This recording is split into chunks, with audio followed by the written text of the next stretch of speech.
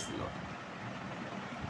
இன்றைக்கு கிறிஸ்தவத்தில் நாம் என்ன செய்கிறோன்னா, எப்போதும் நம்ம பயன்படுத்துகிற வார்த்தை அதிகபட்சமாக மக்கள் பயன்படுத்து ஐயோ அப்படிங்கிற வார்த்தை பயன்படுத்துகிறோம். அடுத்தது இல்லை அப்படிங்கிற வார்த்தையை பயன்படுத்துகிறோம். அதற்கு பிறகு வராது, நடக்காது, கிடைக்காது, அதெல்லாம் நம்ம ஆகிற கதையா என்று சொல்லுகிற இந்த 3 வார்த்தைகளை நாம் அதிகமாக அடிக்கடி பயன்படுத்துகிற வார்த்தைகளாக இருக்குது. அதில் விசேஷமாக கிறிஸ்தவர்கள் பயன்படுத்துறது தான் இந்த வார்த்தைகளை நான் சொல்கிறேன். ஒன்று, அப்போ இந்த வார்த்தைகளால் நமக்கு என்ன பாதிப்பு இருக்கிறதுன்னு தெரிஞ்சுக்கணும். இந்த வார்த்தையை நம்ம ஏன் சொல்கிறோம் அப்படிங்கிறதையும் நம்ம என்ன செய்யணும், தெரிஞ்சுக்கணும். பைபிளில் அது இருக்குது, ஐயோன்ற வார்த்தைகள் இருக்குது, ஐயோன்ற வார்த்தைகள் இருக்குது, இல்லைன்னு சொல்லக்கூடாதுன்னு இருக்குது. அதே சமயத்தில் வராது, நடக்காது, கிடைக்காது, போகாது அப்படின்னு சொல்கிற வார்த்தைகள் நினச்சக்கூடாது, சொல்லக்கூடாது. உடனே நம்ம ஆட்கள் சொல்லுவாங்க, பேசுவோம், நெகட்டிவ் ஸ்டேட்மெண்ட் சொல்லக்கூடாது, எதிரடியான வார்த்தைகளை நாம் பேசக்கூடாது, எல்லாம் பாசிட்டிவாக செய்யணும், நடக்கும், வரும், கிடைக்கும், கர்த்தர் பார்த்து அப்படின்ற வார்த்தையை நம்ம பேசணும் அப்படின்னு சொல்லுவாங்க. நான் என்ன சொல்ல வரேன், தெய்வீகமான விஷயங்களை நான் விதமாக சொல்ல விரும்புகிறேன். அதை வாசிப்போம். 2 ராஜாக்களின் புத்தகம் 6ஆம் அதிகாரம் 15ஆம் வசனத்தை நான் வாசிக்கிறேன். நீங்கள் பாருங்கள். தேவனுடைய மனுஷனின் வேலைக்காரன் அதிகாலமே எழுந்து வெளியே புறப்படுகையில், இதோ இராணுவமும் குதிரை வீரர்களும் ரதங்களும் பட்டணங்களை சுற்றி கொண்டிருக்க கண்டான். அப்பொழுது வேலைக்காரன் அவனை நோக்கி, ஐயோ என் ஆண்டவனே, என்ன செய்வோம் என்றான். எலிசா என்ற தீர்க்கதரிசிக்கிட்ட இருக்கிற வேலைக்காரன் அவன் என்ன செய்கிறான், காலையில் எழுந்திரிச்சு கண்ணை கசைக்கிட்டு வெளியே பார்க்குறான். பார்க்கும்போது பார்த்தீங்கன்னா சுற்றிலும் நிறைய போர் வீரர்கள், குதிரைகள், ரதங்கள், இதெல்லாம் இராணுவம் எல்லாம் என்ன செய்து சுற்றின்னு இருக்குது. அது யாருன்னா, சீரியாவின் ராஜா என்ன செய்கிறான், படைகளை அனுப்பி எலியாவை பிடித்துட்டு வருவதற்கு அவன் ஆட்களை அனுப்புகிறான். அதுதான் நீங்கள் இந்த 6ஆம் அதிகாரத்தில் நீங்கள் படிக்கலாம். அப்போது அவன் அனுப்பும்போது இவன் என்ன செய்கிறான், காலையில் தூங்கி வந்துருச்சு, அதை பார்த்த உடனே அவனுக்கு பயம் வந்துருச்சு, ஐயோ என்று சொல்கிறான். பாருங்கள், ஊழியக்காரன் கூட இருக்கான். அதுலேயும் எலியாவை காட்டிலும் எலிசா 2 மடங்கு அற்புதங்களை செய்தவன், மகிமையாய் கர்த்தருடைய ஊழியத்தை செய்த ஒரு மனிதன். அவங்கிட்ட இருக்கிற ஊழியக்காரன் அவன் சொல்கிறான், இந்த ஆட்களை சுற்றி இருக்கிற ஆளுங்களை பார்த்து, பட்டணத்தை சுற்றிலும் இருக்கிற ஆட்களை பார்த்து, அல்லது அவன் இருக்கிற ஊர் வந்து என்னன்னு கேட்டிங்கன்னா, எந்த ஊரில் இருக்கிறாருன்னு கேட்டிங்கன்னா, தேத்தானில் இருக்கார். தேத்தான் தான் அந்த இருக்கிற பட்டணம். தேத்தானை சுற்றிலும் மக்கள் இப்படி இருக்கிறாங்க அப்படின்னு பார்த்தோன்னே, எப்படியும் இவங்க நம்ம குடிபட்டோம், இன்றைக்கி மாட்டினோம், இன்றைக்கி அழிஞ்சோம், செத்தோம் என்று சொல்லுகிற எண்ணம் அவனுக்குள்ள வந்ததுனால ஐயோ என்று சொல்லி எலிசாவை பார்த்து கதறுகிறான். அப்படியான இன்றைக்கும் கூட நிறைய ஊழியர்களும் வசனம் தெரிந்தவர்கள், வல்லமையான மனிதர்களோடு கூட இருக்கிறவங்க, கர்த்தருடைய ஆட்கள், உங்களாவே இன்னைக்கு பார்த்தீங்கன்னா ஐயோன்ற வார்த்தையை அதிகமாக பயன்படும். ஏன்னா பயத்தின் மிகுதினால் ஐயோ என்று சொல்லுகிற அலறுதல் இருக்குது. எதிர்காலமே சூனியமாயிடுச்சு அப்படிங்கிற அலறுதல் அவங்களுக்குள்ள இருக்குது. அப்படி இன்னொருத்த ஐயோன்றான். நீங்கள் 6ஆம் அதிகாரம் 5ஆம் வசனத்தில் சொல்லும்போது, ஒருவன் ஒரு உத்திரத்தை வெட்டி வீழ்த்துகையில் கோடாரி தண்ணீரில் விழுந்தது. அவன், ஐயோ என் ஆண்டவனே, இது இரவலாக வாங்கப்பட்டது என்று கூவினான். ஒரே கூப்பாடு போகிறான், ஐயோ என் எதிர்காலமே போச்சு, நான் இரவலாக வாங்கிட்டு வந்து வெட்டினேன், இது வெட்டி நான் இந்த உத்திரத்தை எடுத்துகிட்டு போகிறதுக்குள்ள அந்த கோடாரி என்ன செய்யுது, கோடாரி வந்து இதில் விழுந்துருச்சு, தண்ணீரில் விழுந்துருச்சு, இப்போ என்ன செய்யறது, ஐயோ என்று சொல்லி கதறுகிறான். அப்படின்னா ஐயோன்ற வார்த்தைக்கு மீனிங் என்னென்னா, எதிர்காலமே சூனியமாகிடுச்சு, வாழ்க்கையே நாசமாக போச்சு, இனி பழப்புக்கு வழியே கிடையாது, முடிஞ்சு போச்சுடா கதை அப்படின்னு சொல்கிற வார்த்தை தான் ஐயோன்ற வார்த்தை. இந்த ஐயோ அப்படிங்கிற வார்த்தை. அடுத்தது என்னை பொறுத்தவரை இப்படி சொல்லுவேன், ஐயோ அப்படின்ற வார்த்தையை பாருங்கள், சொல்கிற அந்த இடங்கள்லாம் பார்த்தீங்கன்னா, ஒன்று சாவில் சொல்லுவாங்க, சாவில் தான் சொல்லுவாங்க ஐயோ என்று சொல்லி என்ன சொல்லுவாங்க. அப்படி மரண ஓலங்கள், இந்த வார்த்தை தான் அந்த ஐயோன்ற வார்த்தை, அதுதான் அந்த மீனிங். அப்போது ஊழியக்காரனுடைய வாயில் ஐயோன்னு வார்த்தை வரலாமா, வரக்கூடாது. அடுத்தது விசுவாசிக்கு வாயில் ஐயோ என்ற வார்த்தை வரலாமா, வரக்கூடாது. அப்போ ஐயோ என்ற வார்த்தை இதக்கூடாது உண்டு. அப்போ ஐயோன்ற வார்த்தை என்ன செய்யக்கூடாது, வரக்கூடாது. ஐயோன்ற வார்த்தை நம்ம என்ன செய்யக்கூடாது, வரக்கூடாது. அப்போ நீங்கள் கவனித்து பாருங்கள். அப்போ இவன் சொல்லுகிறான் ஐயோன்னு. அப்போ ஒன்று எலிசா என்ன செய்கிறான் பாருங்கள், அடுத்த வசனத்தில், அதற்கு அவன், பயப்படாதே. அதாவது எலிசா சொல்றார், பயப்படாதே, அவர்களோடு இருக்கிறவரை பார்க்கிலும் நம்மோடு இருக்கிறவர்கள் அதிகம் என்றான். அவங்க அவங்க கூட்டு வந்திருக்கிற ஆட்களை காட்டிலும் அவங்கள விட நம்மோடு இருக்கிறவங்க அதிகம் என்றான். அப்போது எலிசா விண்ணப்பம் பண்றார், ஜெபம் பண்ணி, கர்த்தாவே, இவன் பார்க்கும்படி இவன் கண்களை திறந்தருளும் என்றான். உடனே அவன் வேலைக்காரன் கண்கள் திறந்தது. இதோ எலிசாவை சுற்றிலும் அக்கினிமயமான குதிரைகளும் ரதங்களும் அந்த மலையை நிறைந்திருக்க அவன் கண்டான். அப்போ இப்போ என்னத்தை பார்க்குறாரு இந்த வேலைக்காரன், எலிசாவுடைய வேலைக்காரன் எலிசாவை சுற்றிலும் மலையை சுற்றிலும், தேதானை சுற்றிலும் இல்லை, தேதான் வந்து ஒரு பட்டணம், ஆனால் அவன் இருக்கிற மலையை சுற்றிலும் இருக்கிற அக்கினிமயமான ரதங்களும் குதிரைகளும் வீரர்களையும் தேவ தூதர்களையும் அதையெல்லாம் பார்க்குறான். அதிகமான ஆட்களை பார்க்குறான், அதிகமாக இருக்கிறத பார்க்குறான். பார்த்த உடனே தான் இப்போ தெரியுது இவனுக்கு, ஆகா, கர்த்தர் நம்மை இப்படி பாதுகாத்து வைத்திருக்கிறார். அப்படின்னா கர்த்தருடைய ஊழியக்காரன் அவன்கிட்ட அல்லது தேவனால் பயன்படுத்தப்படுகிற ஒரு மனிதன்கிட்ட இருக்கிறப்போ, அல்லது விசுவாசிக்கிற மனிதன்கிட்ட இருக்கிறப்போ, தேவனால் கனப்படுத்தப்படுகிற மனிதன்கிட்ட இருக்கிறப்போ, அவரை குறித்த அறிவு வந்து முதல்ல அந்த ஊழியக்காரன் இருந்திருக்கணும். ஆனால் இல்லை, எலிசாவை குறித்த அறிவற்ற ஒருவன் எலிசா கூட இருக்கிறான். இன்றைக்கும் அப்படித்தான் இருக்கிறோம். சில ஊழியங்களுக்குள்ளே இருக்கிற ஆட்கள் ஊழியத்தை குறித்தோ, தேவனை குறித்தோ, தேவனுடைய வார்த்தையை குறித்தோ, வேதாகமத்தை குறித்தோ அறிவற்றதான மனிதர்களாக நாம் இன்றைக்கு என்ன செய்கிறோம், ஊழியத்தில் சில ஆட்கள் இருக்கத்தான் செய்கிறார்கள். அப்படிப்பட்டவர்கள் என்ன செய்கிறாங்க, மற்றவர்களை பயமுறுத்துறாங்க. என்ன செய்கிறாங்க, சில வீடுகளுக்கு போகிறாங்க, உன்கிட்ட பிசாசு இருக்குது, பேய் இருக்குது, செய்வனை செஞ்சிட்டாங்க, இந்த மாதிரி பண்ணிட்டாங்க, அப்படி பண்ணிட்டாங்கன்னு பயங்காட்டி விட்டுட்டு போயிடுறாங்க. நான் என்ன சொல்லுவேன், ஒரு விசுவாசி வீட்டுக்கு போய் அவன்கிட்ட பேய் இருக்குது, பிசாசுன்னு சொல்கிறது நீயா தேவை உனக்கு? அதுக்கு கோடாஞ்சிக்காரன் போதாதா? நீ வந்து சொல்லணுமா? ஆனால் நீ என்ன சொல்லணும், கர்த்தர் உன்னை விடுவிக்க போதுமானவராக இருக்கிறார், அவரை பிடிச்சிக்க, அவர் இன்னும் உன்னை சுற்றிலும் இருக்கிறார், நம்மை சுற்றிலும் இருக்கிறார், நம்மை பாதுகாக்கிற வல்லவராக இருக்கிறார்னு சொல்கிறதுக்கு தான் ஊழியக்காரன் தேவை. அப்போ உன்னை பயந்து இருக்கிற ஐயோன்னு சொன்ன இவனுக்குள்ள இந்த கேரக்டருக்கு அவர் சொல்லித்தராடே, நீ ஆண்டவர் இவன் கண்ணை திறந்துடணும். அப்படியானால் கண் திறக்கப்பட்டவர்களாக வாழ வேண்டும். கர்த்தருடைய மகிமையும் கர்த்தருடைய வல்லமையும் கர்த்தருடைய மகத்துவத்தையும் காண்கிற கண் திறக்கப்பட்டவனாக வாழுகிறவன் தான் விசுவாசி, ஊழியக்காரன்.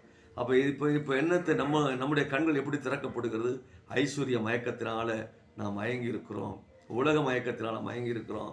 அடுத்தது இன்றைக்கி நம்ம என்ன செய்கிறோன்னா, எனக்கு பாதுகாப்பு இல்லை, அது இல்லை, இது இல்லைன்னு பயந்துட்டு இருக்கோம். என்னை பொறுத்தவரை விதமாய் சொல்லுவேன், உலகம் எந்த சூழ்நிலையை நோக்கி போனாலும், கிறிஸ்தவத்துக்கு எதிரான சூழ்நிலைகளை இந்த உலகம் என்ன மாதிரி கட்டமைப்பு செய்தாலும், தேவன் உனக்கு என்ன செய்ய திட்டமிட்டிருக்கிறார் அதை செய்வதற்கு கர்த்தர் உன்னை அனுமதித்திருக்கிறார், அதை நீ செய். நீங்கள் பாருங்க, ஆரம்ப காலத்தில் இயேசு கிறிஸ்துவனுடைய ஊழியத்தில் இருந்த 12 அப்போஸ்தலர்களும் அவர்கள் மரித்தது எல்லாமே, அவர்களுடைய மரணம் எல்லாமே நீங்கள் கவனித்து பார்த்தீங்கன்னா அகால மரணத்தை போலத்தான் அவருடைய மரணம் இருந்தது. கொடூரமான மரணம் அவர்களுக்கு இருந்தது. ஆனால் அவர் அதை குறித்து கவலைப்படவில்லை. அடி உதையை குறித்து கவலைப்படலை, சாப்பாடை பற்றி கவலைப்படலை, வஸ்திரம் இல்லாததை குறித்து கவலைப்படலை, ஒன்றுமே இல்லாததை பற்றி கவலையே படலை. அவர்களுக்கு தேவை சேவை செய்ய வேண்டும் என்று. இன்றைக்கு நாம் என்ன செய்கிறோம், இதை செஞ்சிட்டானுங்க, அதை செஞ்சிட்டானுங்க, சர்ச்சை மூட்டானுங்க, போயிட்டானுங்க, இதை பண்ணானுங்க, இதைத்தான் அதிகமாக நம்ம என்ன செய்கிறோம், பயப்பட்டு அதை காரியங்களை செய்கிறோம். தேவன் அனுமதி இல்லாமல் ஒரு சம்பவமும் இந்த உலகத்தில் நடக்காது. நீங்கள் அந்த முதல் விசுவாசிங்க. நேபுகாத்நேச்சார் ஒரு காரியத்தை செய்ய ஆரம்பித்தானா தேவன் அனுமதித்தார், அவன் செய்தான். இஸ்ரவேல் தேசத்தை சிறைபிடிச்சு கொண்டு வந்தான், யூதர்களை சிறைபிடித்தார்கள். தேவ ஜனம் எங்களை நீ சிறைபிடிக்கலாமா? இல்லை, அது தேவன் அனுமதிக்காமல் நடக்காது. அப்படியான கிறிஸ்தவத்தை ஒருவன் உபத்திரவப்படுத்துகிறானால் தேவன் அனுமதிக்காமல் அது நடக்காது. கிறிஸ்தவத்தில் உபத்திரம் வருதுன்னா தேவன் அனுமதிக்காமல் அது நடக்காது. நீங்கள் ஒன்றை புரிந்து கொள்ளுங்க, ஊழியர்களை ஒருத்தர் உபத்திரவப்படுத்துகிறானா தேவன் அனுமதிக்காமல் அது நடக்காது. அல்லது ஊழியத்தை ஒருவன் கெடுக்க பண்ணானா தேவன் அதை அனுமதிக்காமல் நடக்காது. இன்னொரு விஷயத்தை அப்படி சொல்லுங்கள், அது நடக்காது, வராது அப்படின்னு நீங்கள் சொல்லுங்கள். தேவன் அனுமதித்தால் தான் தொட முடியும், எல்லாம் தொட முடியாது பாயா அப்படின்னு சொல்லி பாருங்கள். கர்த்தர் அனுமதித்தால் அது நடக்கட்டும், அவன் விட்டு கொடுங்க. இல்லைனா அவன் வருவான், தேவன் வேறு வாய் திருப்பி விடுவார். நீங்கள் அங்கே கவனித்து பாருங்கள். இவனை சிறைப்பிடிக்கிறது ஆட்களை அனுப்புகிறான், எலிசாவை சிறைப்பிடிக்க ஆளை அனுப்புகிறான். ஆனால் அங்கே நடக்கிற சம்பவத்தை பார்த்தீங்கன்னா இவன் என்ன செய்கிறான், இவன் பயந்து போய் போட்டுறான், நம்ம தொலைஞ்சண்டான்றான் அவன். ஆனால் அந்த மாதிரி சூழ்நிலைகள் என்ன செத்து போன்ற இடத்துக்கு வந்த பிறகு இவன் கண்களை திறந்துடலான்ற என்ன திறந்து பார்க்குறான். அக்கினிமயமான ரதங்களும் குதிரைகளும் சூழ்ந்து கொண்டிருக்கிறது. நீங்கள் நினைக்கிறீங்க உங்களை அவன் சுத்து போட்டுட்டான்னு, ராஜா சுத்து போட்டுட்டான்னு. இல்லை, அவனை சுத்து போடுறதுக்கு தேவன் என்ன செய்து விட்டார், காரியங்களை செய்து விட்டார். நீங்கள் இதை இப்படி சொல்ல விரும்புகிறேன். இஸ்ரவேல் ஜனங்களை அழிக்க ரதங்களும் குதிரைகளும் புறப்பட்டது எகிப்திலிருந்து. ஆனால் தேவன் அந்த ராஜ்யத்தை அழிக்க திட்டமிட்டார். எதில்? செங்கடலில் வைத்து. அதே எந்த செங்கடல் இஸ்ரவேலர்களுக்கு வழி கொடுத்ததோ அதே செங்கடல் எகிப்தியருக்கு சவக்கடலாய் மாறினது. அது செங்கடல், அது சவக்கடல். அவர்களுக்கு அது கல்லறையாய் மாறினது. அப்படியானால் தேவன் நம்மை பாதுகாப்பதற்கு உலகத்தில் எந்த காரியத்தை அவரால் செய்ய முடியும். நீங்கள் அதை விசுவாசித்து பாருங்கள், நம்புங்க, தேவனால் எல்லாம் கூடும் என்பதை நீங்கள் தெரிந்து கொள்ள வேண்டும். அப்போ இங்கே பார்க்குறோம், இந்த எலிசா தெய்வ சமூகத்தில் ஆண்டவரின் கண்களை திறந்து பார்க்குறாங்க. கர்த்தரின் கண்களை, அப்படியானால் கண் திறக்கப்பட்டவர்களாக வாழ வேண்டும். தெய்வீகத்தை காண்கிற மனிதர்களாய் வாழ வேண்டும். தேவனுடைய ஆற்றலை காண்கிறவர்களாய் வாழ வேண்டும். தேவனுடைய வல்லமையின் மகத்துவங்களை காண்கிறவர்களாக நாம் ஜீவிக்க வேண்டும். தேவன் என்னை எப்படி ஆசீர்வதித்து காப்பார் என்ற அந்த ஆழமான விசுவாசத்தை அடிப்படையில் வாழுகிற மனிதர்களாய் ஜீவிக்க வேண்டும். எனவே இந்த இடத்துல நீங்கள் தயவு செய்து நீங்கள் கொஞ்சம் உங்களுடைய விசுவாசத்தை விஸ்தாரப்படுத்துங்க. அடி உத குத்து வெட்டுக்கெல்லாம் அஞ்ச வேண்டிய அவசியம் இல்லை. ஏன்னா கிறிஸ்தவம் என்பது அடி உத குத்து வெட்டில் தான் ஆரம்பிச்சிது. நீங்கள் கவனித்து பாருங்கள், எல்லாத்தையும் அனுபவிச்சாங்க, நம்ம செய்யலதை வாங்கிக்கிட்டார். இயேசு கிறிஸ்து எப்படி அந்த கிறிஸ்தவத்தை ஸ்தாபித்தார்? கிறிஸ்தவம் எப்படி ஸ்தாபிக்கப்பட்டது? கல்வாரி சிலுவை தானே. எவ்வளோ பாடு, மரணம், உபத்திரவம், அவமானம், நிந்தை, காரி உமிழ்தல், இதெல்லாம் அவர் செய்த பாவத்தினால் அனுபவித்தார் இல்லையே, செய்யாதனால் அனுபவித்தது தானே. நான் உண்மையை செய்கிறேன், உண்மைதான். இந்த உலகம் நமக்கு நீதி செய்யாது, அதை நீங்கள் புரிந்து கொள்ளுங்க. நமக்கு நீதி தேவனிடத்திலிருந்து தான் வர வேண்டும்.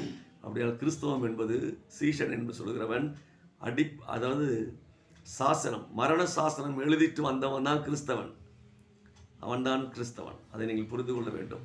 எனவே இந்த இடத்துல நீங்கள் பார்க்குற ஐயோ என்ற வார்த்தையை கிறிஸ்தவர்கள் உபயோகப்படுத்தக்கூடாது.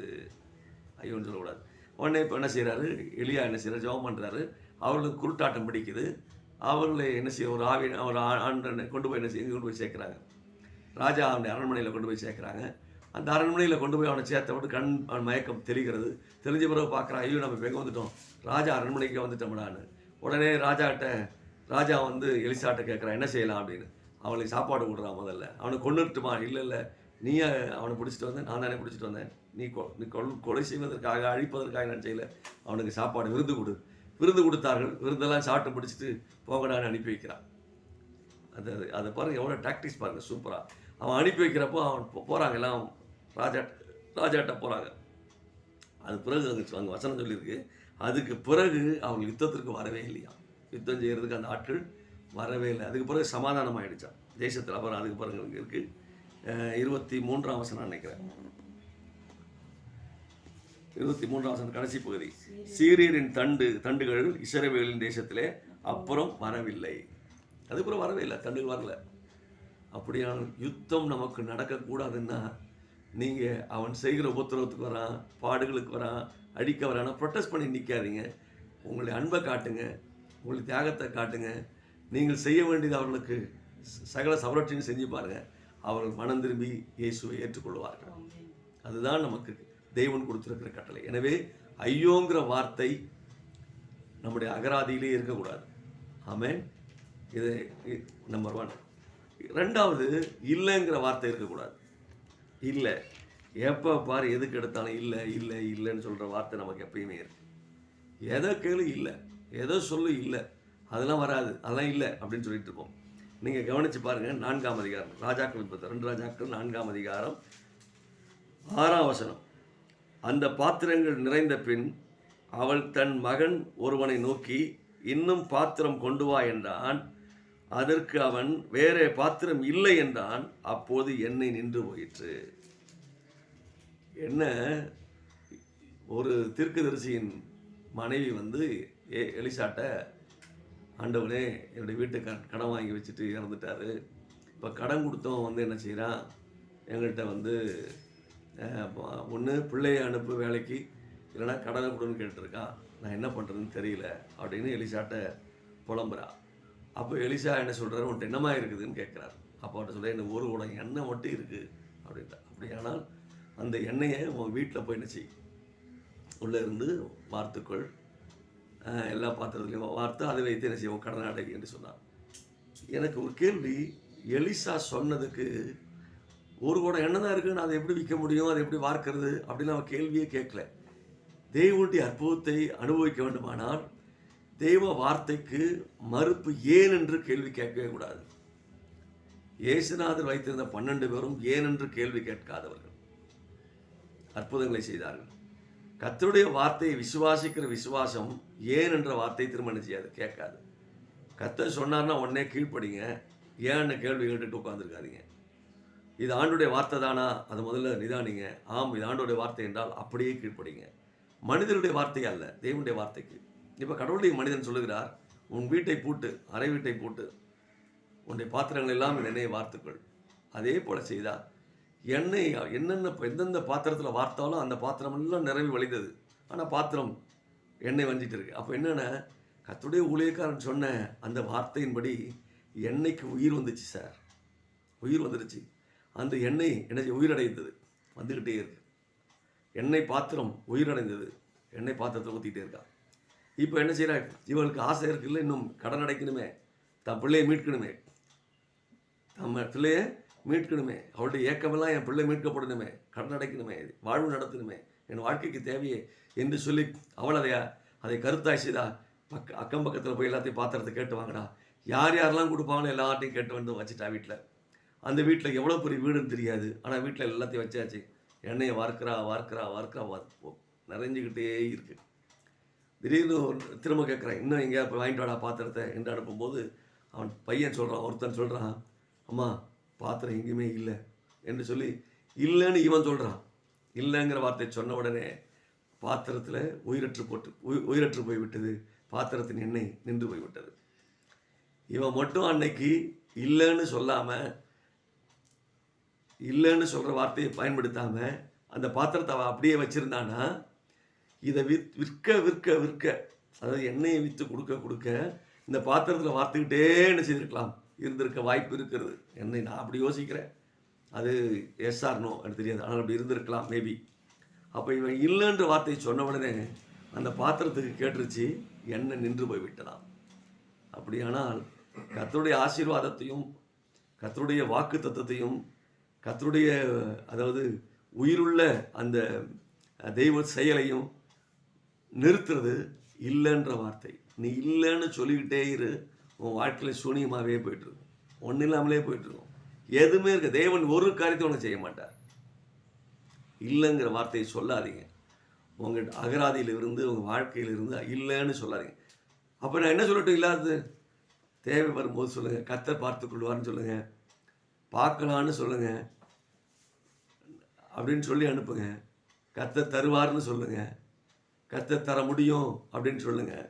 இப்படி சொல்லி பாருங்கள், இருக்குன்னு சொல்லுங்கள், முடியும்னு சொல்லுங்கள். இதையெல்லாம் விட்டு இல்லைன்ற வார்த்தையை பயன்படுத்தாதீங்க. இல்லைங்கிற வார்த்தை நம்முடைய ஆசீர்வாதத்திற்கு கேடு, நம்முடைய ஆசீர்வாதத்துக்கு முற்றுப்புள்ளி, நம்முடைய ஆசீர்வாதத்தை அடைச்சி போடும். தெய்வ ஆசீர்வாதத்தை கெடுக்கிற அதாவது பயன்படுத்த ஒரே வார்த்தை இல்லைங்கிற வார்த்தை தான். எப்போ பாரு இல்லை, எதை கேள்வி இல்லை, எதை செய்ய இல்லைன்னு சொல்கிற வார்த்தைகள் நமக்கு வேண்டாம்.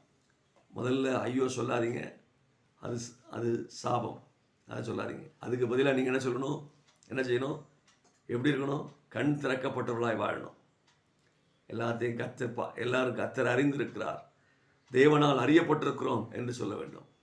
தேவனால் தேவன் அறிந்திருக்கிறார், இவன் பார்க்கும்படி கண்களை திறந்துடணும். அப்படியானால் ஒரு சத்துருவனை சுற்றிலும் அவனை அழிக்க திட்டமிட்டு உன்னை சுற்றிலும் அவன் சுத்து போட்டுட்டு இருக்கானா, நீங்கள் தெரிஞ்சிக்க வேண்டியது, இவன் சுத்து போடுறதுக்கு முன்னாடியே தேவனுடைய அக்கினிமயமான ரதங்களும் குதிரைகளும் நம்மை சுற்றி பாதுகாப்புக்கு இறங்கிடுச்சு அப்படின்னு. தேவனுடைய அக்கினிமயமான ரதங்களும் குதிரைகளும் நம்மை சுற்றி இறங்கிருக்கு அப்படின்ற உணர்வு உங்களுக்கு வந்துருச்சுன்னா, தேவனுடைய பாதுகாப்பின் வளையம் நமக்கு இருக்குன்னு தெரிஞ்சால், ஏதோ ஒரு சத்துரு நம்மை சுற்றி வளைஞ்சிருக்கிறான், அதனால தான் கர்த்தரை செய்கிறான்னு நீங்கள் புரிந்து கொள்ளுங்கள். இதுதான், இதை புரிகிற ஆற்றல் இருந்தால் ஐயோங்கிற வார்த்தை உங்களை விட்டு போயிடும். அடுத்தது, தேவனுடைய ஆசீர்வாதம் அளவிட முடியாதது, அது பொழிந்து கொண்டே இருக்கும், அது உயிரூட்டமுடையது, அது உயிரோடு இருக்கிறது, அது சாவு இல்லை அப்படின்னு நீ நினச்சிருந்தா, நித்தியமானது, யுகாயுகமானது.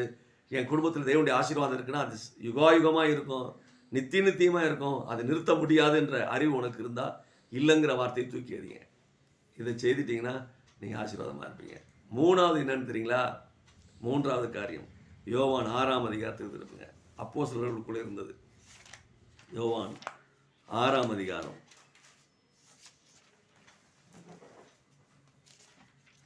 யோவான் 6ஆம் அதிகாரம் 7ஆம் வசனம். ஆண்டவர் 5 அப்பம் 2 மீன் 5000 பேருக்கு போஷிக்கிற அந்த சம்பவத்தில் ஆண்டவருக்கு தெரியும், நான் இவர்களுக்கு சாப்பாடு கொடுக்கணும் அப்படின்னு சொல்கிறார். 5ஆம் வசனத்தில் சொல்கிறார், இவர்கள் சாப்பிடத்தக்கதாக அப்பங்களை எங்கே கொள்ளலாம் அப்படின்னு கேட்குறாரு. எங்கே வாங்கலாம்? ஏதோ கையில் காசு வச்சுக்கிட்டு கேட்குற மாதிரி கேட்குறாரு. எங்கேப்போ வாங்கலாம்? இவங்களாம் சாப்பிடணுமே, 5000 பேர் சாப்பிடணும், எங்கே வாங்கலாம் அப்படின்னு பிலிப்பிட்ட கேட்குறாரு. பிலிப் என்ன சொல்கிறான்? ரொம்ப அழகாக சொல்கிறாரு. பிலிப் அவருக்கு பிரதியுத்தரமாக, இவர்கள் ஒவ்வொருவனுக்கும் கொஞ்சம் கொஞ்சம் எடுத்துக்கொண்டாலும், அரை வயிற்று கஞ்சி கொடுத்தாலும், சாப்பாடு கொடுத்தாலும் எடுத்துக்கொண்டாலும் 200 பணத்துக்கு அப்பங்கள் வாங்கணும். 200 பணத்துக்கு அப்பங்கள் வாங்கினாலும் இவர்களுக்கு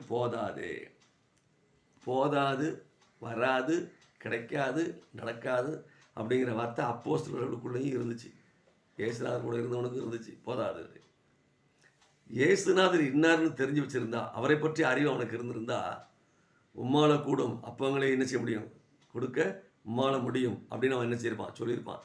அப்போ இயேசுவை பற்றி அறிவு அவனுக்கு இல்லாததுனால 200 பணத்துக்கு வாங்கினா கூட போதாது அப்படின்றான். அப்போ இன்றைக்கி கூட இயேசுநாதர் கூட இருந்தால் கூட, ஜெபத்துக்கு போனாலும் சரி, பைபிள் வாசித்தாலும் சரி, விசுவாசிக்கிற வார்த்தையில் பேசினாலும், பாஸ்டர் ஜெபம் பண்ணாலும் சரி, அல்லது கிறிஸ்தவன் சொல்லிக்கிட்டா கூட, இன்னும் எப்படித்தான் நம்ம இருக்கிறோன்னா, தேவனை பற்றி அறிவற்றவர்களாக தான் வாழ்ந்துட்டுருக்கோம். இன்றைக்கி 90%, இன்றைக்கி 99% ஊழியனும் சரி, விசுவாசிகளும் சரி, தேவனை பற்றிய அறிவற்று வாழ்ந்துட்டுருக்கோம். தேவனை பற்றிய அறிவு உங்களுக்கு இருந்தால், இயேசு கிறிஸ்துவை அறிகிற அறிவின் மேன்மைக்காக எனக்கு லாபமாக இருக்கிறவர்களை நஷ்டம் என்று எண்ணுகிறேன்னு பவுல் சொன்னது போல சொல்லியிருப்போம்ல. நம்ம அப்படி சொல்லியே, எனக்கு லாபமாக இருக்கிறவர்களை நஷ்டம் என்று எண்ணுகிறேன் அப்படின்னு சொல்கிறான். என்னுடைய ஆஸ்தி, அந்தஸ்து, படிப்பு, என்னுடைய சொத்து, சுகம் எல்லாத்தையும் நான் நஷ்டமும் குப்பையும் என்று எண்ணுகிறேன் அப்படிங்கிற எண்ணம் அவனுக்கு வந்துச்சே. அப்படியால் தேவனை பற்றிய அறிவு இருந்தால் நாம் என்ன செய்வோம், எப்படி வாழ்வோம்? தேவனை பற்றிய அறிவு இருந்தால் நீங்கள் சொல்லுவீங்க, இந்த உலகமெல்லாம் குப்பைன்னு சொல்லுவீங்க. ஆனால் இன்றைக்கி குப்பையை சேர்த்து வச்சுட்டு நான் கோடீஸ்வரன் சொல்லிட்டு இருக்கிறீங்க. தேவனுடைய ராஜ்யத்துக்கு அது செல்லாது. இந்த உலகத்தில் நீ சேர்த்து வைத்திருக்க அத்தனை ஐஸ்வர்யமும் சொத்தும் சுவிசேஷத்திற்காக செலவு பண்ண வேண்டும். தேவனுக்காக நீ செலவு பண்ணணும், ஊழியத்திற்காக நீ செலவு பண்ணணும், கடவுளுக்காக நீ செலவு பண்ணணும். கடவுளுக்காக செலவு பண்ணுகிறதை விட்டுட்டு நீங்கள் உங்களுக்கும் என்ற அந்த இடத்துக்கு நீங்கள் அதெல்லாம் செய்யும்போது என்னதுன்னெலாம் செய்கிறப்போ நீங்கள் இன்னும் என்ன செய்யலை, யாரை அறியவில்லை, கிறிஸ்துவை அறியவில்லை. கிறிஸ்துவை அறிந்தவன் சகேயு நான் சொல்கிறான், நான் ஏழைகளுக்கு பாதி தந்துடுறேன். என்ன அற்புதம்!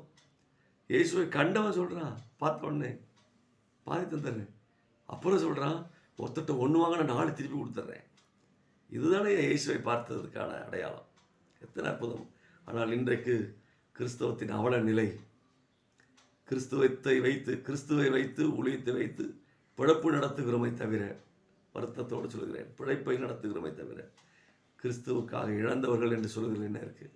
இன்றைக்கி சாட்சி சொல்கிறோம், நான் 5 ரூபாவோட வந்தேன், 25 பைசாவோட வந்தேன், கர்த்தர் இன்னைக்கு இவ்வளோ சொத்து சேர்த்துருக்கிறார். அதெல்லாம் பழைய ஏற்பாட்டுக்கு சரி பிரதர். ஆண்டவர் ஆபிரகாமை ஆசீர்வதித்தார். இன்றைக்கி எல்லாரும் பழைய ஏற்பாட்டு புத்தகத்தை கட்டிக்கிட்டு அழுகிறோம். புதிய ஏற்பாட்டில் அப்படி இல்லை சார். புதிய ஏற்பாட்டில் ஆபிரகாமிலும் பெரியவர் இயேசு கிறிஸ்து. பழைய ஏற்பாட்டு விஷயங்கள் வேறு. ஆபிரகாமை கர்த்தர் கோடீஸ்வரன் ஆக்கினார். கோடீஸ்வரன் ஆக்கினது எப்படி நீங்கள் ஒழுங்காக கவனித்து படித்து பார்த்தீங்கன்னா தெரியும். ஆனால் புதிய ஏற்பாடு அப்படி அல்ல. புதிய ஏற்பாட்டில் சொல்கிறார், உன்னுடைய எல்லா ஐஸ்வர்யமும் தேவனுடைய ராஜ்யத்துக்காக செலவு பண்ணணும்னு சொல்கிறார். உன் சொத்தை விற்று ஏழைகளுக்கு கொடுத்துட்டு இனி என்னை பின்பற்றி வா என்று சொல்கிறார். அப்படியானால் ஐஸ்வர்ய மயக்கம் இல்லாமல் வாழ வேண்டும் என்று அவர் சொல்லித் தருகிறார். அப்படியானால் இன்றைக்கு அடுத்தது வராது, கிடைக்காது, போகாதுன்னு சொல்கிறவங்க எல்லாமே இந்த கால்குலேட்டிவ் மைண்ட். என்ன கால்குலேட்டிவ் மைண்டுனா, இந்த பணத்தை இப்படி செலவு பண்ணால் இவ்வளோ வரும், இந்த பணத்தை இப்படி செலவு பண்ணால் இவ்வளோ கிடைக்கும். என்றைக்கு நீங்கள் பணத்தை வச்சு ஒரு கால்குலேட்டிவ் மைண்டில் நீங்கள் ஊழியத்தையும் விசுவாசத்தையும் வாழ்க்கையும் நீங்கள் நடத்த திட்டமிடுகிறீர்களோ, உங்கள் வாழ்க்கையில் போதாது. யாரை பார்க்க முடியாது?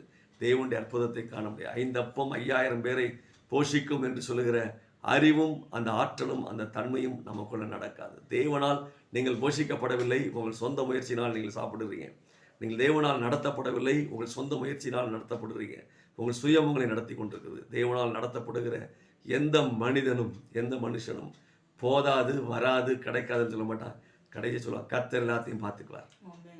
அந்த வார்த்தை தான் கடைசியாக நமக்கு கர்த்தர் பார்த்துக் கொள்வார். தேவனால் பார்த்து கொள்ளப்படும். ஆபிரகாமுக்கே செல்லுபடியாச்சு. போடா பலி செலுத்த போடான்னு கூப்பிட்டு போகிறான். தன் பிள்ளையை பலிபடத்தில் கட்டி வைக்க போகிறாரு, அவர் தான் போகிறாரு. ஆனால் பிள்ளை கேட்குறான், என்னப்பா ஆடு இல்லை, பலி மரம் விறகு இருக்குது, கத்தி இருக்குது, எல்லாம் இருக்குது, ஆனால் ஆடு காணுமே. எல்லாம் கத்தர் பார்த்துக்குவார், வாடா. அந்த அறிவு யாருக்கு இருந்தது? ஆபிரகாமுக்கு இருந்தது. ஐஸ்வர்யமான ஆக்கப்பட்ட அவனுக்கு இருந்தது. அவனே அந்நியனும் பரதேசிங்கிறான். இன்னொரு விஷயத்த சொல்கிறேன், நிறைய பேர் இப்படி நினைக்கிறீங்க. இஸ்ரவேல் ஜனங்கள் வனாந்தரத்தில் வர்றதுக்கு முன்னாடி எகிப்தில் இருக்கிற நகையெல்லாம் போட்டுக்கிட்டு வந்தாங்க. என்னைக்கு அவர்கள் அந்த நகையை கொண்டு வந்தாங்கன்னா அது அவர்களுக்கு ஐஸ்வர்யம், அது அவர்களுக்கு பாதுகாப்பு, அவர்களுக்கு அது தேவை. எப்போ அந்த தேவை, அந்த பாதுகாப்பு, அது அந்த இடத்துக்கு அது உள்ளே இருக்கிற வரையிலும் நகை அவங்களுக்கு பிரச்சனை இல்லை. எப்போ அந்த நகையை அவர்கள் தெய்வமாக்குறார்களோ அப்போ தான் அவங்களுக்கு பிரச்சனை. அப்போ நகை வேண்டான்னு சொல்லக்கூடாது, நகை வேண்டான்னு சொல்லக்கூடாது, நகை வேண்டாம் என்று சொல்லக்கூடாது, பொருள் வேண்டாம் என்று சொல்லக்கூடாது, வீடு வேண்டாம் என்று சொல்லக்கூடாது, மற்ற எதுவுமே வேண்டாம்னு நீ சொல்ல வேண்டாம். ஆனால் அதை உனக்கு எப்போ நீ விக்கிரகம் ஆக்கிறியோ அன்னைக்கு தான் அது உனக்கு பாவம், அன்னைக்கு தான் அது பிரச்சனை. அப்படியானால் எனக்கு அருமையானவர்களே, தெய்வீகத்தை இயேசு கிறிஸ்துவை அறிகிற அறிவு என்னைக்கு உனக்கு வந்துருச்சுன்னா நீ எல்லாத்தையும் உலகம் முழுவதும் நஷ்டமும் குப்பையும் என்ற புத்தி வந்துடும். அப்போ உலகத்தை குறித்து நஷ்டம் குப்பை என்று எண்ணுகிற அந்த புத்தி வந்துருச்சுனாவே தெய்வீகத்தை குறித்த அறிவு உனக்கு வந்துருச்சு. தேவன் இன்னார்னு தெரியும். அப்போ தேவன் உன் கூட இருப்பார். எல்லாத்தையும் அவர் சகலத்தையும் அதன் காலத்தில் நேர்த்தியாய் செய்து முடிப்பார். எனவே இன்றைய காலையிலே நீங்கள் சிந்திக்க வேண்டிய விஷயம் என்ன? ஐயோன்ற வார்த்தையை நீ பயன்படுத்தாத. அதற்கு பதிலாய் கண் திறக்கப்பட்டவனாய் வாழப்பார். கர்த்தருடைய வல்லமையும் மகத்துவங்களை காண்கிறதுக்கு உன் கண்கள் திறக்கப்பட்டவன், ஆவிக்குரிய கண்கள் திறக்கப்பட்டவனாக, மாம்சத்தின் கண்கள் அல்ல, ஆவிக்குரிய கண்கள் திறக்கப்பட்டவனாய் நீ வாழ பார்க்கணும். இல்லைன்னு சொல்லக்கூடாது. தேவனுடைய அற்புதங்களை நீ அனுபவிக்கிறதுக்கு இல்லைங்கிற வார்த்தையை உபயோகப்படுத்தக்கூடாது. கர்த்தர் பார்த்து கொள்ளுவார் என்று சொல்லுகிற பழக்கம் உனக்கு இருக்க வேண்டும். 3, போதாது, வராது, கிடைக்காதுன்னு சொல்லாமல் உன் கூட இருக்கிற இயேசு கிறிஸ்து எப்படிப்பட்டவர் என்ற அறிவும் ஆற்றலும், அதை குறித்து தேவனை குறித்து அறிகிற அறிவு உனக்குள்ளே இருந்துச்சுன்னா 5 அப்பத்தை 5000 பேருக்கு போஷிக்க அவரால் முடியும். ஒன்றுமில்லாமலே இந்த உலகத்தை உருவாக்க முடியும், ஒன்றை கொண்டும் இந்த உலகத்தை உருவாக்க முடியும். அந்த தேவன் என் கூட இருக்கிறார் என்ற அந்த உணர்வும் அந்த அறிவும் உனக்கு இருந்தால் நீ தான் இந்த உலகத்தை ஜெயிக்கிற மனிதன். எனவே இந்த 3 காரியத்தை நீங்கள் புரிந்து வாழுங்க. இந்த 3 காரியத்தில் நீங்கள் நிலைத்தில்லுங்க. இந்த மூன்று காரியத்தில் வாங்க. 1, நம்பர் 1, ஐயோன்னு சொல்லக்கூடாது. சொல்லாமல் என்ன பண்ணணும்? ஐயோன்னு சொல்கிற வார்த்தை இல்லாமல் கண் திறக்கப்பட்டவனாக, கர்த்தர் பார்த்து கண் திறக்கப்பட்டவனாக வாழ பார்க்கணும். கண் திறக்கப்பட்ட ஒரு வாழ்க்கை, ஆவிக்குரிய கண்களுடையவனாக, தேவனுடைய கிரியைகளை காண்கிற கண்களுடையவனாக, கண் திறக்கப்பட்டவனாக அல்லது வாக்குத்தத்தம் உடையவனாக இருக்கணும். 2வது, ஏன் என்று கேள்வி கேட்காம கீழ்ப்படிதலோடு காரியத்தை நடப்பிக்கிற அந்த காரியம் இருந்துச்சுன்னா இல்லை என்று சொல்லுகிற வார்த்தை உன் வாழ்க்கையில் இருக்காது. 3வது, தேவனை குறித்த அறிவு உனக்கு இருந்தால் நடக்காது, வராது, கிடைக்காது ஒரு நாளும் சொல்ல மாட்டேன். எல்லாத்தையும் கர்த்தர் பார்த்துக் கொள்வார், அவர் என் கூட இருக்கிறார், அவர் எனக்கு தருவார், செய்வார் என்ற எண்ணம் உனக்குள் வந்துவிடும். இந்த 3ம் உங்களோடு கூட இருக்க வேண்டும். எனவே இந்த 3 காரியங்களை நமக்குள்ள வாக்குத்தத்தம், கீழ்ப்படிதல், தேவனை பற்றிய அறிவு நம்மகிட்ட இருக்கக்கூடாதது ஐயோ, இல்லை, வராது, நடக்காது, கிடைக்காது, இது இருக்கக்கூடாது. இந்த 3ம் இல்லாமல் இந்த 3ஐயும் பெற்று வாழ கர்த்தர் நமக்கு அடுக்கிற உணவாராக. கண்களை மூடி நாம் செபிப்போம். அன்பின் ஆண்டவரே, இந்த அருமையான காலை வேளைக்காய் ஸ்தோத்திரம். இந்த நாளில் நீர்களோடு கூட பேசுகிற நல்வார்த்தைகளுக்கு நன்றி. எங்களுடைய வாழ்க்கையில் இல்லை என்று ஐயோ என்று சொல்லுகிற வார்த்தை, இல்லை என்று சொல்லுகிற வார்த்தை, வராது, நடக்காது, கிடைக்காது என்ற வார்த்தை எங்களுடைய வாழ்க்கையிலும் அகராதியிலும் இல்லாதபடி எங்களை விட்டு எடுத்து போடும் ஆண்டவரே. நாங்கள் எப்பொழுதும் உம்முடைய வாக்கு தத்தத்தை, சேனைகளின் கர்த்தர் எங்களோடு கூட இருக்கிறீர் என்ற அந்த ஆவிக்குரிய கண்கள் உடையவனாக நாங்கள் வாழவும் ஆண்டவரே, ஏனென்று கேள்வி கேட்காமல் கர்த்தர் எங்களை ஆசீர்வதித்திருக்கிறவர் என்று தேவனுடைய ஆசீர்வாதத்தை சம்பூர்ணமாய் அனுபவிக்கிற கீழ்ப்படிதலுடையவர்களாக வாழ்ந்து இல்லை என்பதை எங்களுடைய வாழ்க்கையில் இல்லாமல் இருக்க கர்த்தர்களுக்கு உதவி செய்வீராக. ஆண்டவரே, தேவனை குறித்து அறிகிற அறிவு இயேசு எங்களோடு கூட இருந்தாலும் அவரை பற்றி அறியாத பிழிப்பு பத்தாது, வராது, போதாது என்று சொன்னானே, அப்படி இல்லாமல் எங்களோடு இருக்கிற இயேசு கிறிஸ்து சர்வ வல்லவர், சாவாமல் அவர் அற்புதங்களின் தேவன், அவர் என் கூட இருந்தால் எல்லாம் எங்களுக்கு இருக்கும் என்று சொல்லுகிற நித்திய நம்பிக்கை உடையவர்களாக, தேவனை குறித்த அறிவுடையவர்களாக வாழ்ந்து உலகத்தை அற்பமாக குப்பையாய் எண்ணுகிற அந்த குணாதிசயத்தை எங்களுக்கு தந்து எங்களை வழிநடத்தும்படி எங்களை அர்ப்பணித்து ஜெபிக்கிறோம். இந்த நாளில் வசனம் கேட்ட யாவரையும், இதை ஆண்டவரே யூடியூப்லேயும் ஃபேஸ்புக்லேயும் பார்க்கிற மக்களை இந்த வசனத்தின் ஆசீர்வாதங்களால் நிறைக்கும்படி ஜெபிக்கிறேன். அவருடைய வாழ்க்கையிலும் ஐயோ என்றோ இல்லை என்றும் போதாது வராது கிடைக்காது என்றும் சொல்லாமல் அவர்கள் சொல்ல வேண்டிய வார்த்தை, சேனைகளின் கர்த்தர் என் கண்களை திறந்திருக்கிறார், அவர்களோடு இருக்கிறவரை பார்க்கலாம் என்னோடு இருக்கிறவர் அதிகம் என்று சொல்லட்டும். இல்லை என்று சொல்லாத வாழ்க்கை, கீழ்ப்படுகிற வாழ்க்கை எங்களுக்கு உண்டாகட்டும். தேவனை பற்றி அறிகிற அறிவின் மேன்மைக்காக உலகத்தை நஷ்டமும் குப்பையும் என்று எண்ணி தேவனுடைய அற்புதங்களை அனுபவிக்க எங்களுக்கு உதவி செய்யும். சமாதான நன்மை தொடரட்டும். இயேசுவின் நாமத்தில் வேண்டுகிறோம் நல்ல பிதாவே. என் ஆத்மாவே கர்த்தரை ஸ்தோத்திரி, என் முழு நாமத்தை ஸ்தோத்திரி.